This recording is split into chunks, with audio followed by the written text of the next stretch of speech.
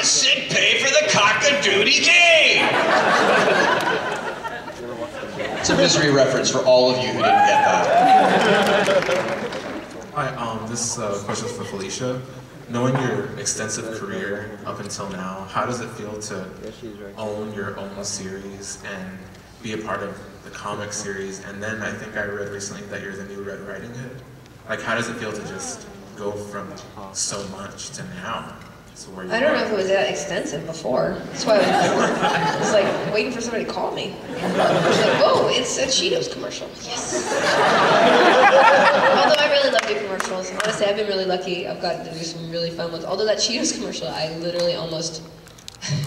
I ate so many Cheetos, I was convinced I was going to poop a Cheeto. I mean, sometimes they usually give you a spit bucket, but I actually had to eat those on camera for some reason. Yes, wow. Literally, I was like, and it didn't happen. FYI, don't experiment. It's so gross. Anyway, don't post that. You know, it's a lot of hard work. I would say that it's much harder, I mean, not to belittle anything that other professional actors on series do.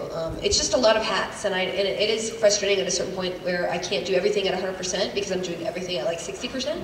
And as a perfectionist, that bothers me. But it also satisfies the multitasker in me. I love, you know, putting on my writing hat and making a scene better when I'm not in a scene, or, oh, how should I do this monologue here?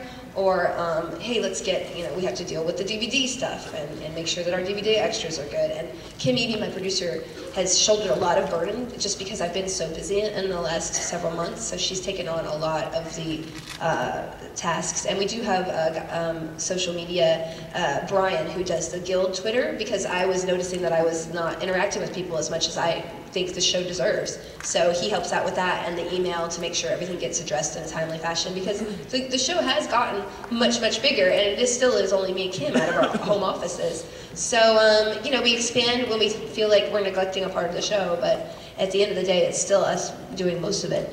And it just, you know, I guess at the end of the day, like the fact that I get to do the things I love, like stab werewolves or, you know, deduct video games for my taxes.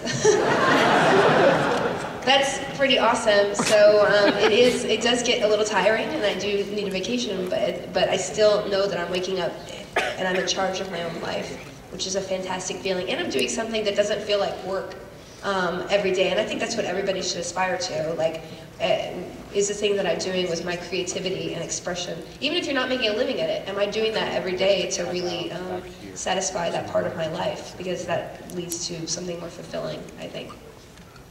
Thank you. Thanks. I'm full of questions, I suspect. This one's directed towards Felicia yet again. Will, you are not being neglected. You are wonderful. In fact, tonight I would just love sit there an and look pretty, answer baby. It's what I do. Would love a dance from Will tonight, though, at the Geek Prom. Dance. Oh, yeah. Oh, yeah, dancing, right? Although I feel like now Will's gonna like go behind my back and like veto any playlist suggestions I have. If Violent Femmes comes on, I'm gonna be peeved. Well, I know what's happening tonight. Okay, a gaga for every Gaga for every femmes? Yeah. What is the Gaga to femme ratio? And the average prom playlist. I love that. Okay. Felicia. I'm sorry, you crying? No, I'm laughing. Oh, okay. Such a fine line. What sort of expansions on the characters from the Axis of Anarchy could we expect in the next season? Like, I know we'll probably see more from Will, of course, but like with the other characters, what kind of background stories might we experience with them this season? You know, I don't want to spoil anything. Yeah, dude, as your attorney, I'm going to advise you just to not answer that. Yeah, I can't answer that at all. Sorry. All right, have a good time. Now she's crying. I told you, it's very thin line. Thank you, attorney. You're welcome. All right, so Thursday night I came to preview night and was trying to decide which book to buy from Will, and he was kind enough to roll a die And I know, imagine that. so I got Sunken Treasure, and I read it yesterday.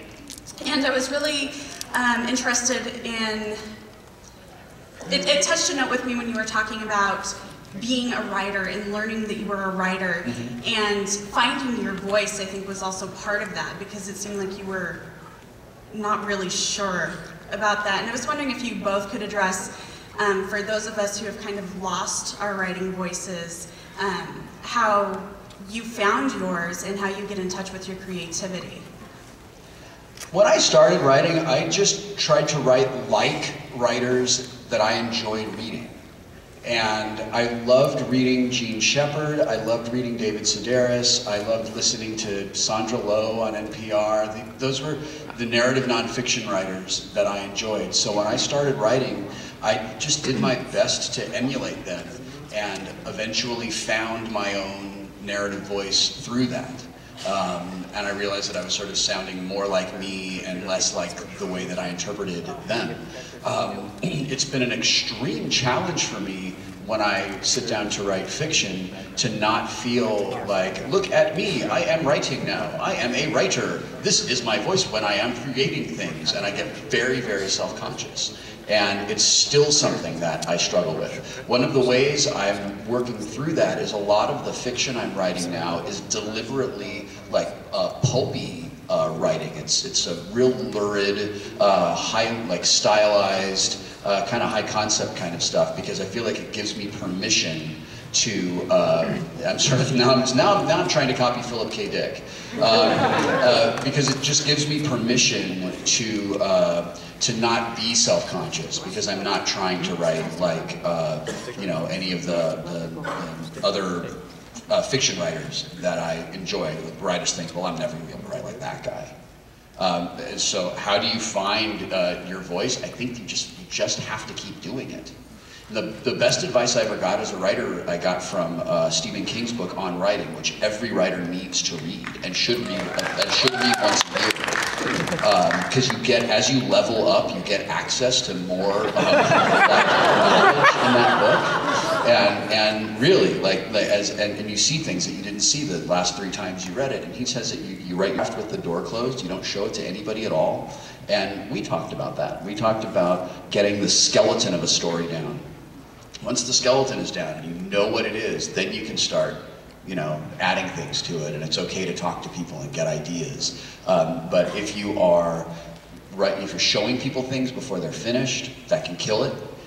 If you are showing people things while you're doing it, that can also kill it. I think you have to get it to a certain point, and then have a few people you trust that will help you, shape it and point out where you did things that could have been done better. And just keep learning and never stop writing. Yeah, when I first started writing,